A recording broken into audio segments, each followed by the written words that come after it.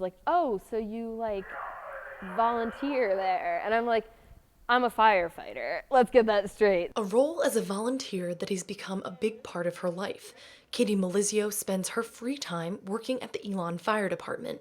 Behind a passion for adrenaline and the desire to help others, Melizio found a home at Station 8 and a family she can't live without. We have of the really rough calls. They were there, so they get that. And there's just a certain bond that I have with these people, I guess, that is irreplaceable. Do you feel changed by it? Yeah, most certainly. Do you feel scarred by it? I'd like to say not anymore. A student soldier looks like any other college student, but they've committed themselves to their country, and that sacrifice means seeing things that few people ever will. But it's not the loss of life they fear most, it's the loss of community. And that was like the moment where it just hit that I'm going to be saying goodbye to them for who knows how long.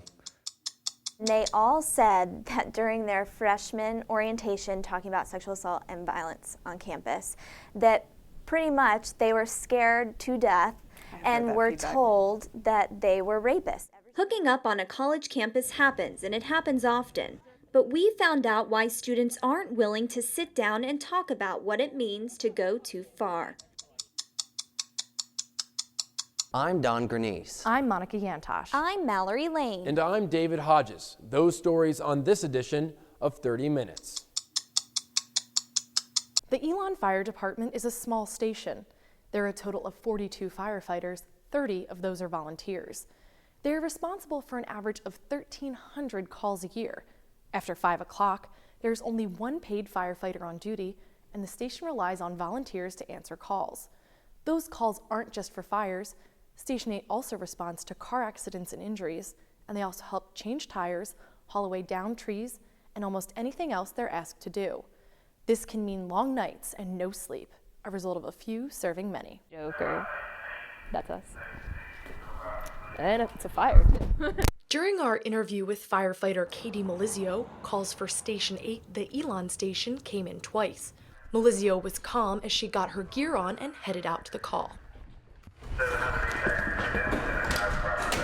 The point of the fire department, too, is I know we're doing risky things, but we're trained for it, and we put ourselves first, or that sounds so, I guess you wouldn't think that, but like, we're smart about what we do, and if there's a danger that the roof is going to collapse, we can't go in.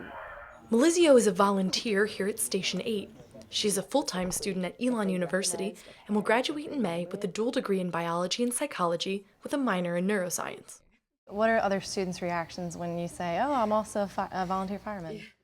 So I guess it's definitely an element of surprise because I'm a student. I'm trying to get a degree, so what am I doing here? What they'll say a lot of times is like, oh, so you like volunteer there? And I'm like, I'm a firefighter. Let's get that straight. So that's frustrating. Originally, Melizio wanted to be a surgeon and came to Elon as a pre-med student. But after spending time at the department, Melizio shifted her life plan. She's now working to become a physician's assistant. This new life plan gives her the ability to continue working as an EMT and a volunteer firefighter. So is it more that you'd rather be an EMT or a firefighter? Or is the ideal world a little bit of both? A little bit of both. Yeah, so I don't know. It depends on the call, I think. So if we have a structure fire, I'd rather be a firefighter because it's exciting and I'm doing stuff. But if we have a CPR in progress or a car accident, I'd rather be an EMT because I guess kind of triaging, that's where they need you more. A fire department is often referred to as a brotherhood, and that sentiment is shared at Station 8.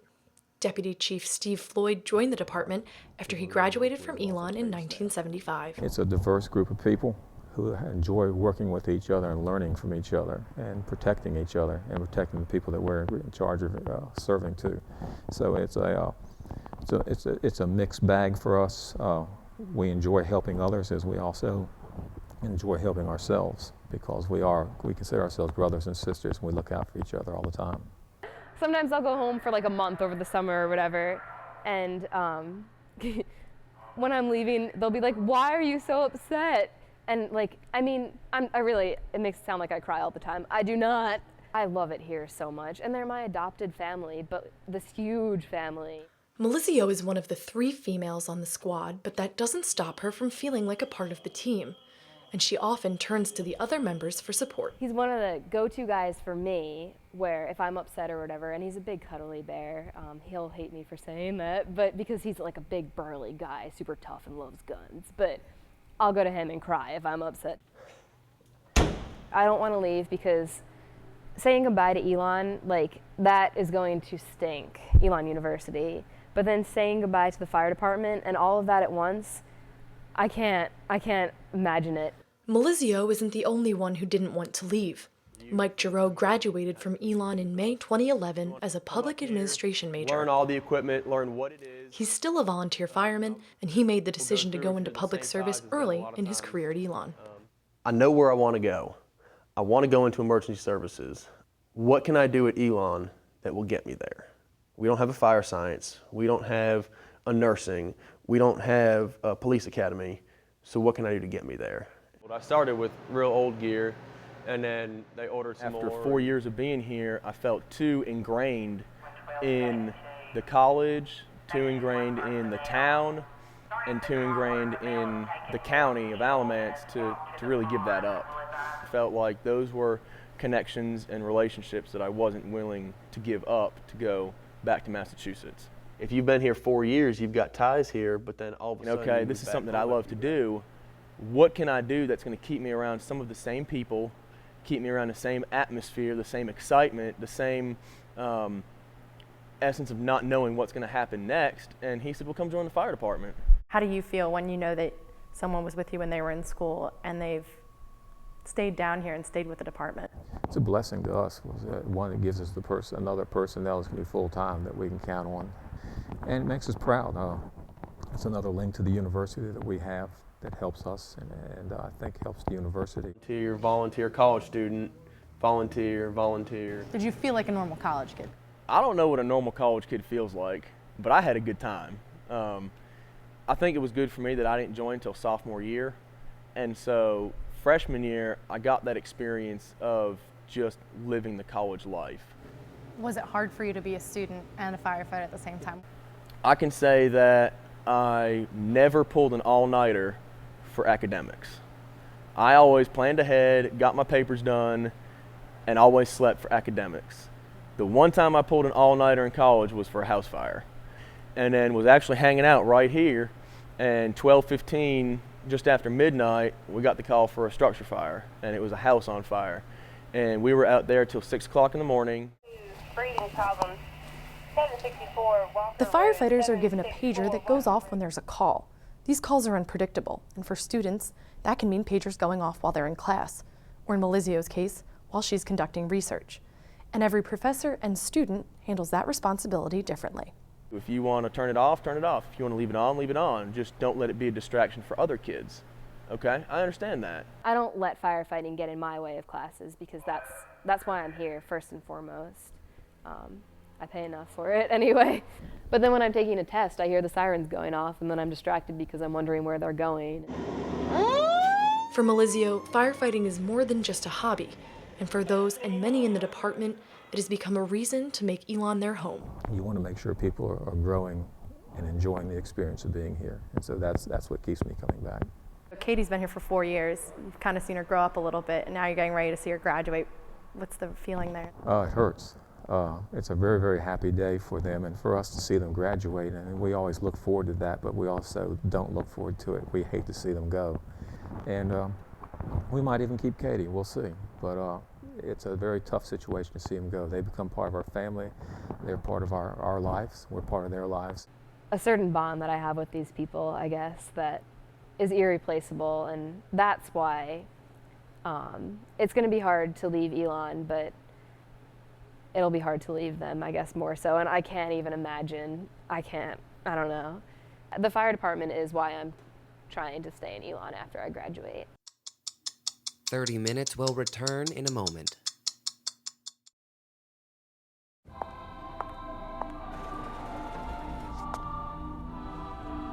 Beautiful, isn't it? You expect options everywhere else. Why not with your medical treatment? Talk with your doctor to explore all your options and find what's right for you. Visit ahrq.gov.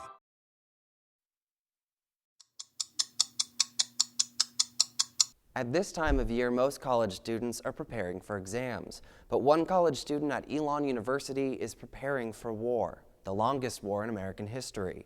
1.6 million U.S. soldiers have served in either Iraq or Afghanistan since 2001. Jack Selbo is about to become one of them. By the time this piece goes to air, Selbo will be on his way to Afghanistan, even as American military involvement there is slowly winding down. But the story of a student soldier does not begin in the Middle East. It begins here in Elon, North Carolina. I had a roommate who was all about it, and freshman year I just wanted to go experience something new. He said, try this out, and I was like, okay. Jack Selbo is a regular student, a third-year business major. He's also spent 3 years training in ROTC. While he only joined on a whim, today that very decision has had a dramatic impact on where he will spend what would have been his final year in college. I like traveling. I like the thought of getting paid to do things like jump out of airplanes or scuba dive or something, which, I mean, how many jobs do you know that you get to jump out of airplanes and scuba dive? As exciting as the job may sound, he says his orders were somewhat sobering to receive.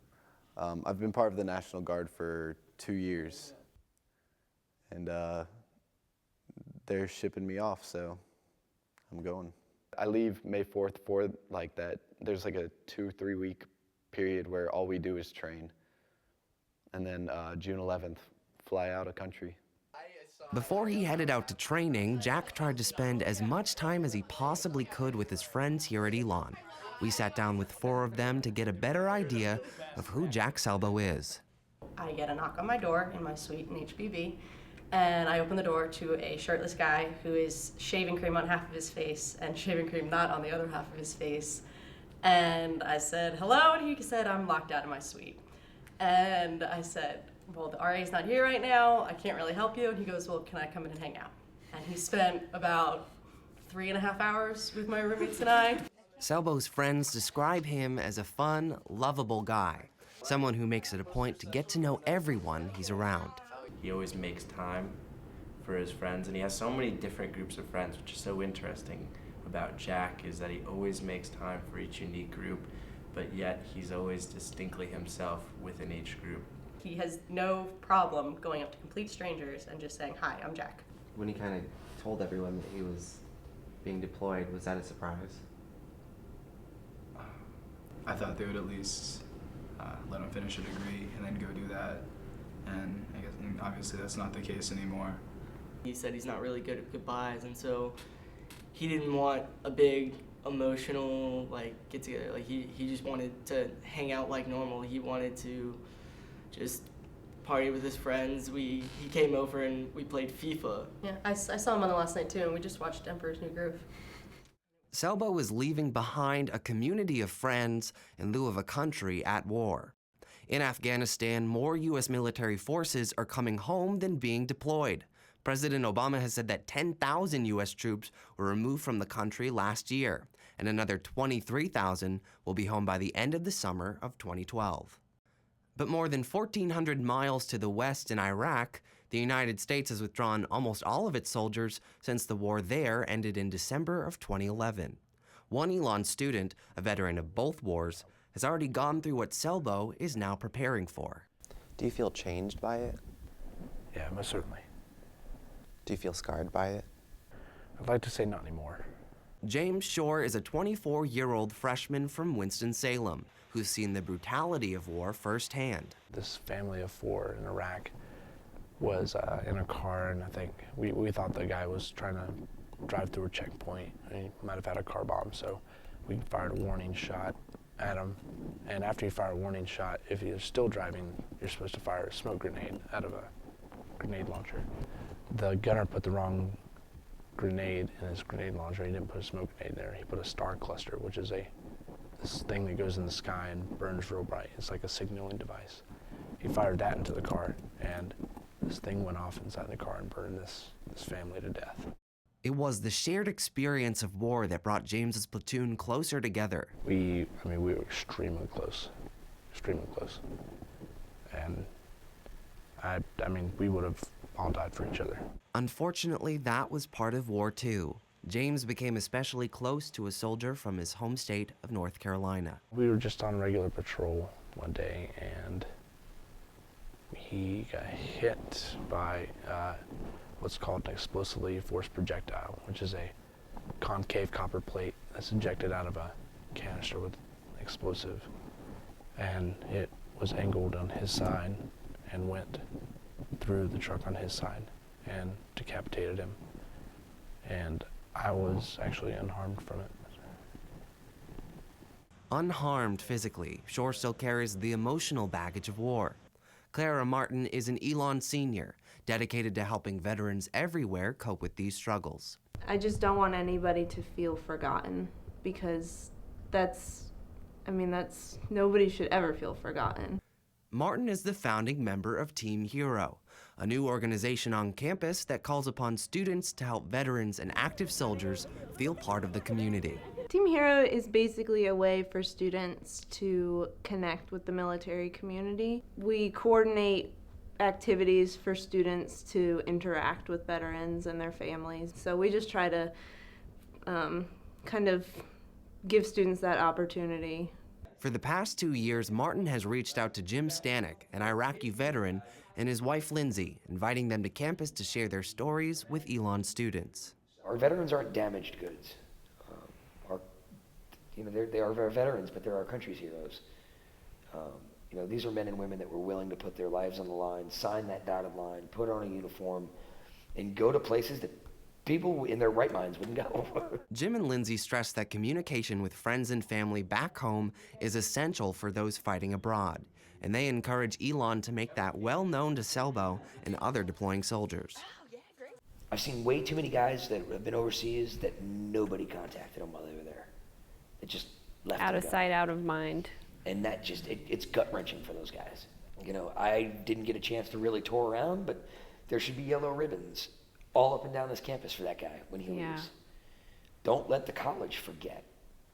Don't let the student body forget that one of their peers is overseas in combat. Jim and Lindsay wrapped up their visit to Elon here on the baseball field. And what better way to draw attention to a good American cause than with a classic American game?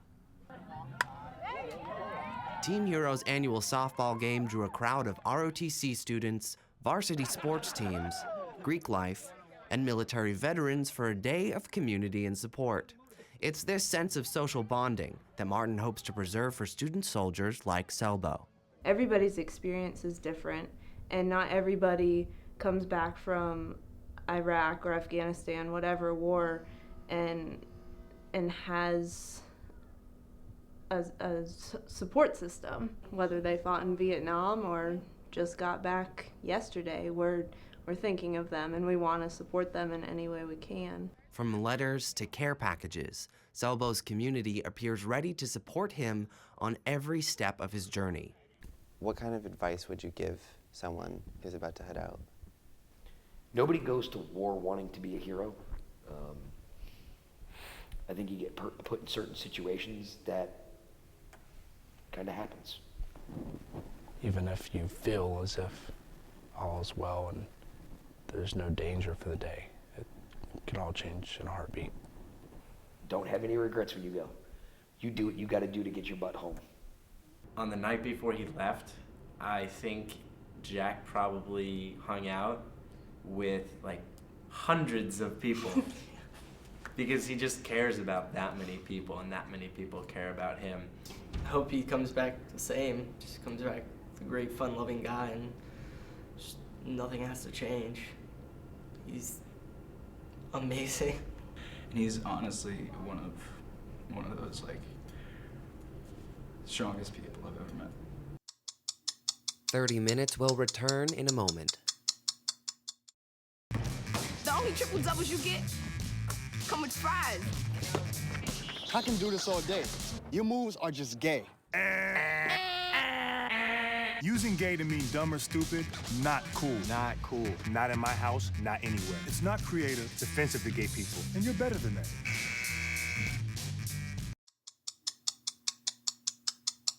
Sex isn't exactly dinner table conversation, and sexual violence is even more taboo. So much so that while 30 Minutes was investigating rape on Elon's campus, we couldn't even find statistics to back up the surprising amount of stories students and administrators told us. Getting them to tell those stories on camera was even more difficult. We found only one reported rape from the past year in campus police records, and health services could only give us estimates. But what we didn't find is perhaps more interesting than what we did. I tried to get away, and he was just like, no, stop, don't worry about it. And then all of a sudden it kind of turns into this thing where you're watching yourself, you're like kind of disassociation from your body. Why do you think it's important that you share your story with people? I don't want this rape to define who I am, but it is a part of me, and I will never be able to get rid of that. Elon University senior Brittany Moore says the details of the night before Christmas Eve 2010 are still vivid memories. He was, I guess, stronger than me, and I was intoxicated. So was he, but I was unable to get away. Locked the door, wouldn't let me kind of leave that space, that small space. And kind of like, push me down into the toilet and that kind of stuff. Took my virginity too at the same time, which is kind of depressing when you kept it for so long. Did you tell anybody that night that had happened to you, or did you keep it to yourself? It was a rough night. And I was kind of just sitting there, and she's like, hey, what are you doing? And I was just like, I think, like, someone just raped me. Moore couldn't bring herself to talk to police, and it took her several months just to tell her mother. Moore has shared her story many times over the past 2 years, but she says the hardest part at first was admitting that it happened. Yeah, thinking like, oh, did I make it up? Like, was it all some sort of dream? Like, did I imagine it? Things like that. Have you ever confronted him about what he did to you? No. Do you want to? No, I really don't want to see him ever. I also don't think he thinks he did anything wrong. So if I were to come up to him and be like, remember that one time a couple years ago, like really changed my life and it was terrible, and I think he would just be like, what are you talking about, Whether or not the man Moore claims raped her even remembers what he did, she says part of the problem on Elon's campus is that people aren't sure what counts as rape. It's a lot more complicated than you think. Rape is just not black and white. It's not, because it's all perception too.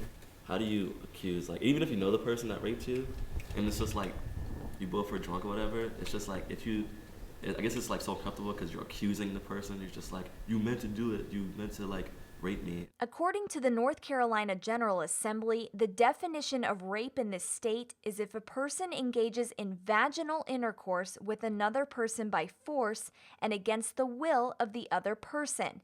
And they also need to A, use a dangerous or deadly weapon, or an article which the other person reasonably believes to be a dangerous or deadly weapon, or B, inflict serious personal injury upon the victim or another person, or C, the person commits the offense aided and abetted by one or more other persons. That definition isn't getting out to the general public. If we were like more informed about like what exactly it is and what exactly we can do to prevent it from happening before it happens, I feel like it would be like a much better experience when we go to parties, and like the hookup culture will be a lot safer for both men and women. Because the line between hooking up, sex, and rape can be so ambiguous in a college setting, we reached out to more than 50 students to see how they define those things. These 7 were the only ones willing to go on camera. What about rape makes it so taboo and so difficult? Why do people not talk about it? It's such a personal, physical, intimate thing that I think as soon as it becomes anything unwanted, it just throws in another angle of really uncomfortable. It's also like a blaming game. Like someone has to be the victim and somebody has to be the mean one. Like either way you look at it, there's someone who did something wrong. And the guys in our group say that's why it's so hard to talk about. They're told it's their fault, or at least that's what they say they learned their first week on campus. So while we were freshmen, we all felt like rapists. That's what it was pretty much. We were just like, well, crap, I've done that before. I've like touched a girl while we were dancing, or I've like felt up on a girl while we were dancing. It was just like, I raped her? Every year at orientation, the incoming class is split into 2 groups, male and female. They're required to come to this auditorium where they sit and listen to a person on stage talk about sexual violence. But afterward, they leave feeling more afraid than informed. I think he said like 2 out of 3 told us like to look next to each other or something like that. Or something like, you know, one of you guys is a rapist or something. It was something to that level. I remember. It's just like putting that fear in your head. So you're just like, well, I don't want to do anything with a girl now because I'll go to jail, pretty much. Right. So that'll be the end of my future. And sex is not a bad thing. It's hard because like the talk that I got as a freshman guy was terrifying.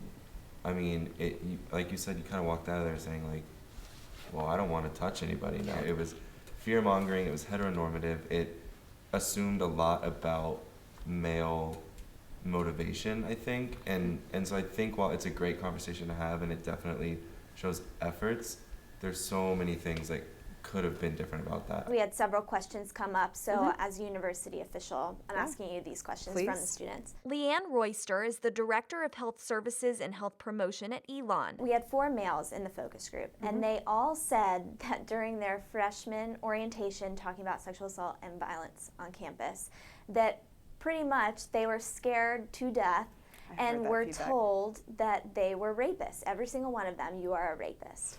Yes, we are working to change the male session. I perceive that some of the message that's around consent is hard for men to take in because it seems like, well, every situation that I would be in and as a college student would be a sexually violent situation because we drink, we don't know each other well, we don't have this open communication that you're talking about, you know, can I kiss you, can I, you know, put my hand on your knee, these things that college students consider to be awkward. And so I think they do leave the session feeling like, well, I can't do anything or I'm a rapist. Right. That's what you're telling me. I can't dance with a girl because I'm going to be accused of being a rapist. Right, and I think that that's a bad message. And if students are coming away with that message, I know that that isn't the intention of the person giving the session, but I think that if students are coming away with that message, then we have got to change the message. Royster says plans are underway to change the sessions to be more educational rather than accusatory. But she thinks getting students to open up enough for a discussion is nearly impossible. Why do you think rape and sexual assault is so taboo on Elon's campus? Why are students so hush-hush and I don't want to talk about it? Oh, I think it's taboo everywhere. I do think that there are some factors at Elon that exacerbate that a little bit, the small, close-knit nature of this community. Sexual violence is also just a very shaming topic in our culture in general, which we're really working to change, but people don't talk about sex. Sexual violence is connected to sex in people's minds. Also, victims feel blamed, understandably, in contemporary U.S. culture. And so all of those 3 things together, I think, you know, make for a very silenced epidemic. But Brittany Moore says speaking at sexual awareness events on campus is one of the best things she's ever done. It helps her move past the events of that night and helps other victims too.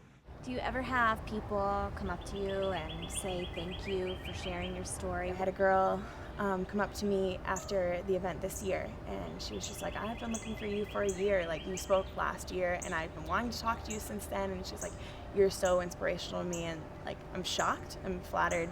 It also affirms the fact that you're not alone, and I know everyone has a statistic, but if they think that it doesn't happen to any of their friends and that they're weird or something, making that environment where it's okay to tell each other these things and to know that you're not alone kind of is more empowering, is in my opinion. It makes a community.